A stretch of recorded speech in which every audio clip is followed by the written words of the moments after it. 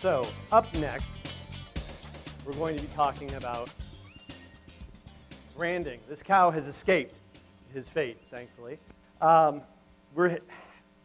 can't begin to tell you how happy I am to see Kevin give this presentation. Kevin Skarritt is the chief peep at Flock Marketing. Flock Marketing was also kind enough to be our brand partner, and I cannot tell you how much he did for us in part of this process. The whole ahasummit.com website came together in 10 days because of his hard work with us. When we first went to the conference in Maine and said, okay, we're going to go big with this, he stepped up and delivered something tremendous. Social media presence has evolved out of it, again, with him. And this is only the tip of the iceberg of the experience that we've had with Kevin over the last 6 years.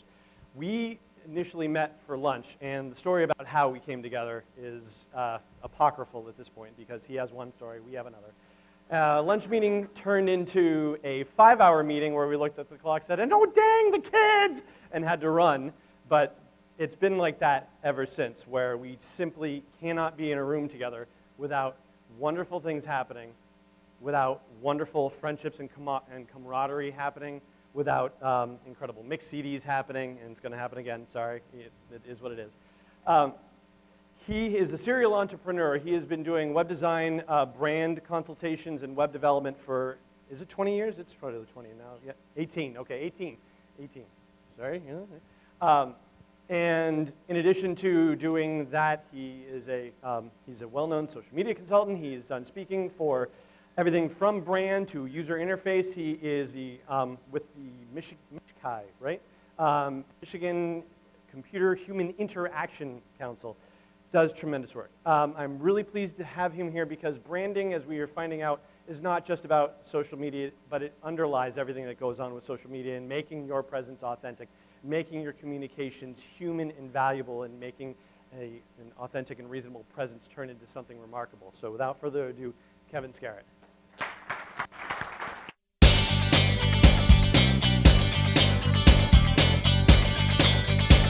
Hello, everybody.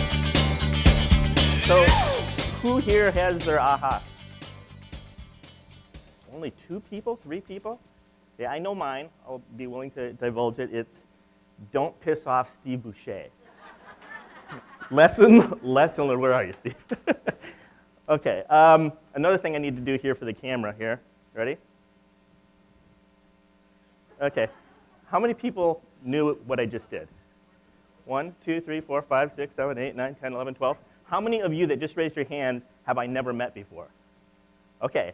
This is why we're here, people. Okay, for all of you who don't know what I just did, a couple of weeks ago, Alan was silly enough, as usual, to do something, post himself, a picture of himself, and he was doing this karate pose with these knee-high teal blue and yellow socks that says LOL on the side.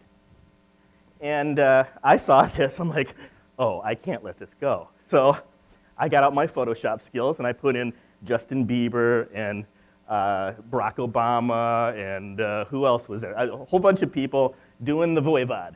And so all of you who raised your hands picked up on that. Now, am I suggesting that your business correspondence and messaging include? No, I'm not. Well, hold on. Maybe I am suggesting that. No, I would suggest that your business messaging include the voivod, but look at how quickly that spread. To my reach on doing one image on one post and through social media, it has spread to thousands of people. Now, that's not viral. I didn't intend it for that, but I thought it was very interesting to be able to ask that of you. Okay, so what am I talking about today? Here, let me figure out how this works. There we go. Let me give you a 3-second quiz first. 3 seconds, meaning you have no time to think. Whatever your gut reaction is, don't overanalyze this, okay? I want you all to think of a cola, a fast food, and a running shoe. Done. Ready? How many thought of Coke, McDonald's, and Nike? Look around the room. Okay, why did you not think Adidas? Why did you not think Burger King? Why? What is up with that? Okay? The reason is not because they spend more money. That's what you're immediately thinking. Oh, they spent hundreds of millions of dollars. They built a brand, a very, very powerful brand that is etched into your frontal lobe. Okay, so that's what we're going to talk about today. The process of creating a brand is often confused with the process of creating identity. So let's talk about that. Identity is how people recognize you. Your name, your logo, your tagline, your colors, your textures, your smells, your presence, your images, your positioning, your tone of voice, all that stuff where people look at you and they go, oh, that's the XYZ company. If I take a milk bottle and an empty Coke bottle and I throw them both on the ground and they're smashed into smithereens, you can look at each pile and say, oh, that was the Coke bottle. Why? Because of the color, the shape of the glass, right? That's intensely a nuance of the Coke experience, right? That kind of piece of their identity is so powerful, so deeply ingrained in you that you can recognize it. You can be driving down the highway, and 2 miles ahead, you can see the little sliver of a McDonald's logo, and you go, oh, eating lunch, and you pull off. Okay, this is really powerful stuff. So how do you create that? One of the things I discovered about 5 years ago in the process of helping clients with their marketing and building brands is that the process of building a great brand has everything to do with emotions, emotional connectivity. So if you think about what are the strongest emotions that humans feel, you start listing them, and then you go back to the early 1900s psychology of Carl Jung. How many people have heard of archetypes? The collective unconscious? Okay. An archetype is an idea that is universally understood. Okay, so if I say the word mother, despite the fact that you all have personal relationships with a mother, your own mother, you all are thinking about the idea in just about identically the same way. All 7 billion people on the planet think about that idea in the same way. That is a powerful idea. Because if you can tap into that, you immediately get consistency in messaging and power. Okay? So we discovered this idea of taking an archetype and then applying it to corporate business branding. So I'm going to rip through really fast, because I only have about 12 minutes left now. I'm going to go through the 12 archetypes that we work with. And as I do this, what I want you to do is just, no falling asleep. We're in the after lunch coma, food coma thing. What I want you to do is, as I'm listing these, think about whether this is resonating with you. Does this fit? Does that feel good? Okay? So the first one I'm going to start with is the jester. The reason I start it is the jester is flock marketing. Flock marketing is a jester, always has been. The process of becoming a jester is all about unique, creative, over-the-top, fun, playful, outrageous. You're getting the sense of it, right? Pepsi Cola is a jester. How many people have heard of Aflac before the duck? Anyone? No. So the duck doesn't actually sell supplemental insurance, but it does reinforce their brand of humor, right?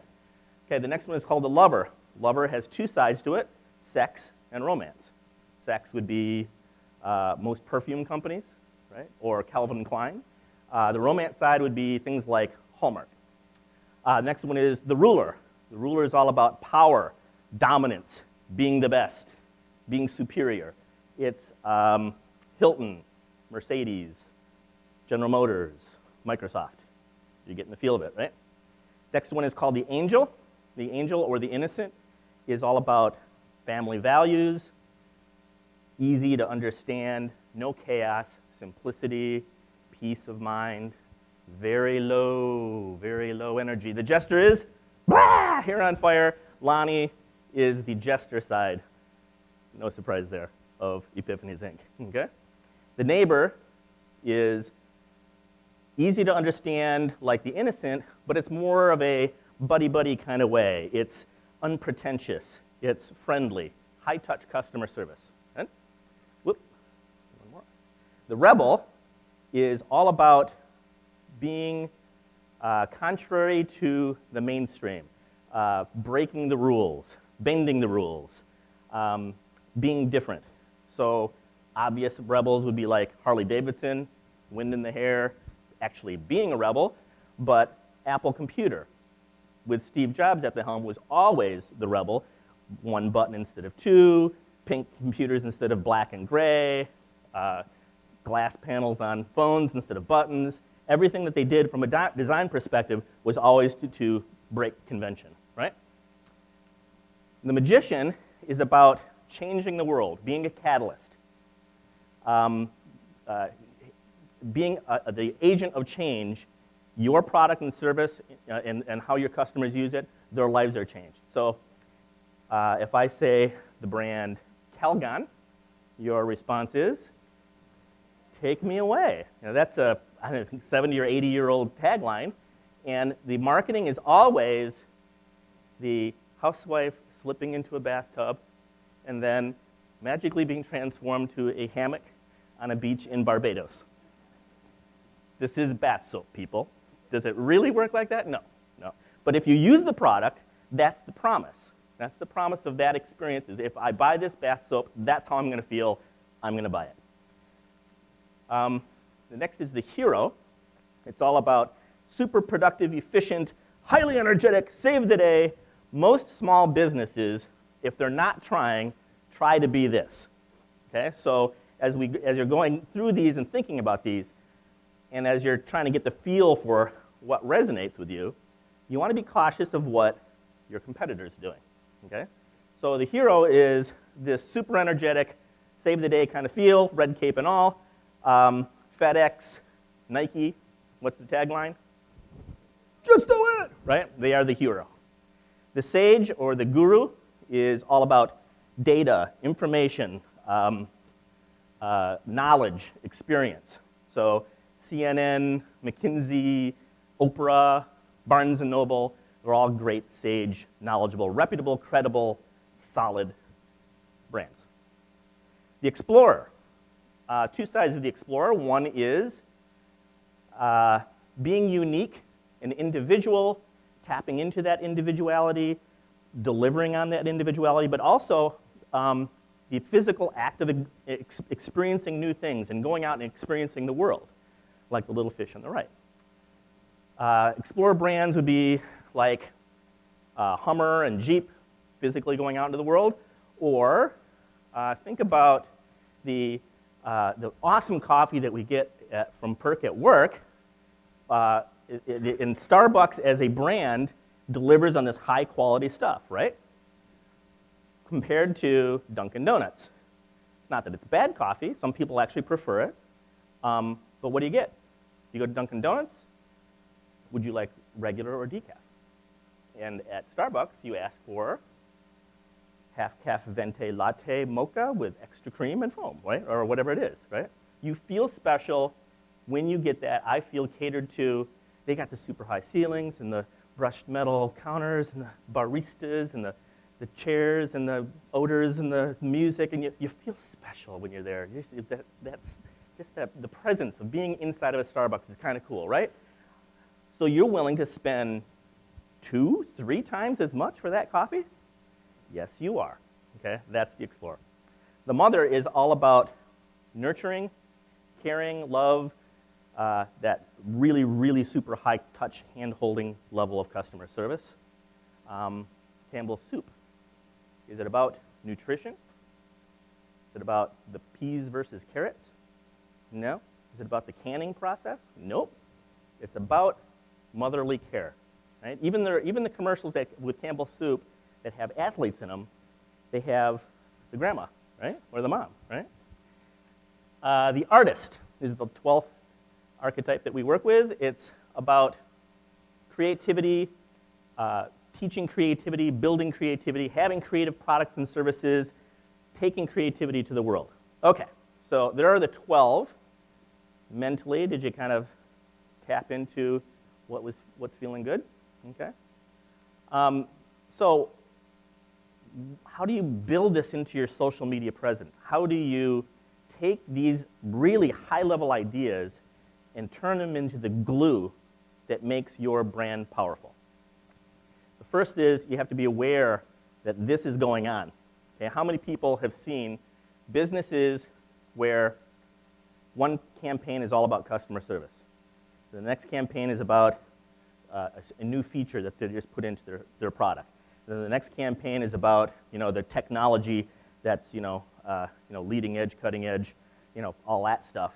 And when this company starts to do this kind of marketing, we call it spray and pray marketing, it's not going to work.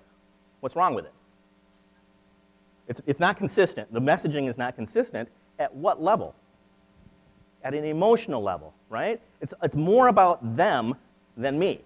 It's more about getting a specific message out as opposed to making a connection with me. Who's this about? Me, right? It's about the consumer, and you have to understand that. So if you're going to build a great brand, you have to be communicating on these deep emotional levels consistently and powerfully, and you have to do it every single time. Can you imagine Nike doing a commercial that's high-touch customer service?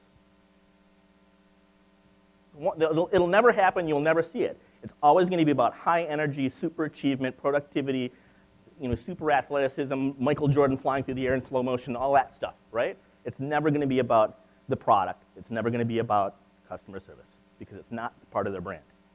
So you have to be aware that this is going on, and the next thing, you have to embrace it. So how many people here thought the Jester, that kind of sounds like fun, doesn't it? Anyone thought the Jester was kind of cool? Ashley, so say you decide to do this as part of the marketing of the company that you're at. What would be a very dangerous thing to do? No, being a jester is an awesome thing. I know, it's really fun. A dangerous thing would be being kind of a jester. Exactly right. That's right. 1 foot in the water, 1 foot in the boat, bad. Okay. How many people have seen commercials where at the end of the commercial you found yourself doing this? They cued it right. They had the laugh track just like they did on the Brady Bunch, right? Okay. You knew you're supposed to laugh, and you kind of laughed, but it really wasn't that funny. Okay. That's a company that's trying to be a jester, but they're not willing to go all the way. Okay. So the third thing is, if you embrace this, if you decide to go all the way, do it every single time. Every single thing that you do in business has to be asking the question, okay, so let's take Ashley's example here. Is this jester enough is the question she should ask. So when I say everything in business, I'm talking about everything that you do. We need to draft up a new design for our invoices. Does it really matter, really? Yes. Is it jester enough? Can you choose different colors? Can you make the font a little bit bigger and a little, open the space a bit more? You don't have to go outrageous and put, dancing penguins on your invoices, but you do have to be within brand. And the fact that you've asked that at all guides you in the right direction, and the fact that you have this in your mind at every single turn makes you think, can we do this a little bit better? Can we do it a little different? And what's the objective? To finish the piece? No. The point is to consistently and powerfully connect with your audience every single time. Okay. Rinse, lather, rinse, and repeat. Everything that you do needs to be focused on this. Okay, so here's an exercise. Go back, if you're an agency or a company where you're helping clients with their marketing and with their business development, their websites, or whatever it is, do it for them too. But certainly for yourself, go back and take everything, and I've got everything listed here, website, all your social media stuff, your blog, business cards, brochures, flyers, all the stuff that you've ever created in, say, the past 5 or 10 years, if you're that old. If it's electronic stuff, print it out, because I want it all in one place. I don't want you to have to flip through screens. Print everything out and lay it on the table. Okay, this is what everybody has absorbed from you in the last 5 years, and you get it all in one shot. And you look at it, and you go, ugh. Who's it about? Okay, and if you're saying, hey, we powerfully and consistently connected with people on this deep emotional level, and every single one was on track, and there was consistency in design and font selection and spacing, they all look like the same company, you're rocking. Very, very few people can say they do that. Okay, so that's a great exercise to do, and you'll be able to see, ooh, wow, that brochure we did in 2009, that kind of sucked. Right? And you'll be able to say that because you have this idea of an emotional connection in mind. You're not talking about the product or the service. Okay, so it's not about your stuff. It's not about you. It's not about the benefits and the selling points and the bullets and the things that you need to convey. It's about connecting with people, because social is, social business, and you've heard it a dozen times today. This is about people, right? So it's not. There's Lonnie's shoes that she's got off of Pinterest. It's not about the platform. It's not about the technology. If you're on Twitter, here I'm going to point out some real big pitfalls here. If you're on Twitter, it's really easy to get caught up in tightening things up and shortening and using acronyms, and it forces you, by the nature of the platform, to be casual. Don't fall into the trap unless you have a casual brand. So if you're the neighbor or the jester, okay, go for it. But what if you're in LinkedIn and you're out using, rolling on the floor, laughing my ass off, in acronym, and you're on LinkedIn and you're interacting with businesses, B2B. Maybe that's not so appropriate, right? So it's the messaging, it's the layout, it's the design, it's the presentation. It's not about the platform. It's about this connection. Okay, so let's take a look at a few. And so the first one I picked is a website, and this applies to social media presentation as well, but the first one is a site that you've all seen. Whoop. There it is. You've all seen this site. That's how you got here, right? They are an explorer. Lonnie and Alan have been explorer, but they have an undertone of jester. Okay, so they're all about primarily discovery and learning new things and being, open to a new world. Do you get that feeling from interacting with Lonnie and Alan? Yeah. Okay. And look at the name, their tagline, Aha Yourself, and the name of the summit is the Aha Summit. Their tagline for this event is Discover, Align, Evolve, with evolve in all caps. These are all explorer things. The colors, the font selections, everything is designed to cohesively tap into the explorer. Okay? Fire and Ice Restaurants is a restaurant down in Boston. They are a jester. It's all about fun and playful, wacky, crazy, over-the-top stuff. If you visit their Facebook page, it's all about photos of people having fun and fun products and fun marketing. It's wild and crazy stuff. This is a B&B up in the Lakes region. They are the angel or the innocent archetype.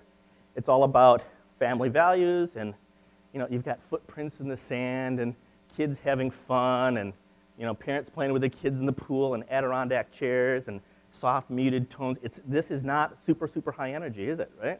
So when you make these decisions about building the pieces for your identity, including your website, including your social media presence, tie it to brand, okay? Law firm up in Laconia is a regular guy. Now, remember I was talking about your competitors? If I go out to an average law firm, how do they usually present themselves? Suits? Sage, very, very good, Kim. Kim Perkins is a sage archetype. Her business, Green Apple Resources, is a client, and she knows the sage very well. So law firms are almost always sage. We have the knowledge and experience to deliver the legal resources, blah, blah, blah, blah, blah, blah, blah, right? Well, if you're in an industry where every single one of your competitors is a sage, what's the worst thing that you can be? A sage. You're going head to head on the same emotional connections. So be something different. So they decided the neighbor archetype. Read this last thing here. No legalese and no surprises. We promise. That's a pretty bold statement for a law firm to make, and then they deliver on it. Do you see guys in suits here? No, he's got an open collar polo shirt, okay? There's a lot of thought that goes into shifting gears and being something different for the sake of differentiation. So I'm suggesting that you be a brand geek. This is the glue that makes everything that you do easier. So when you're out saying, well, I need to really get more into that Twitter thing. Well, that's probably true if you're thinking it. Or I need to be on LinkedIn more, or I need to be blogging more. These are all marketing tactics. Well, I'm suggesting that you make a fundamental shift first and go to this. Tie it to an emotional connection, make a decision, and then go out and learn the tactics. Because if you do that core fundamental thing first, all the tactics become much more powerful. It saves you time and energy and money. Make sense? I don't have time for questions, but I am open to them. On your tables, you have a business card from me. If you send me an email with the word yes in the subject line, I will know that you, yes, want to take the questionnaire that is a part of my formal brand evaluation process. 96 brutally obscure questions, and then once you answer them, you get the automatic listing of your ranking for all 12 of those archetypes. So it'll say, oh, you scored a 28 out of 32 for the jester and a 14 out of, so it'll go through and it'll give you the ranking. Thank you very much for your time today.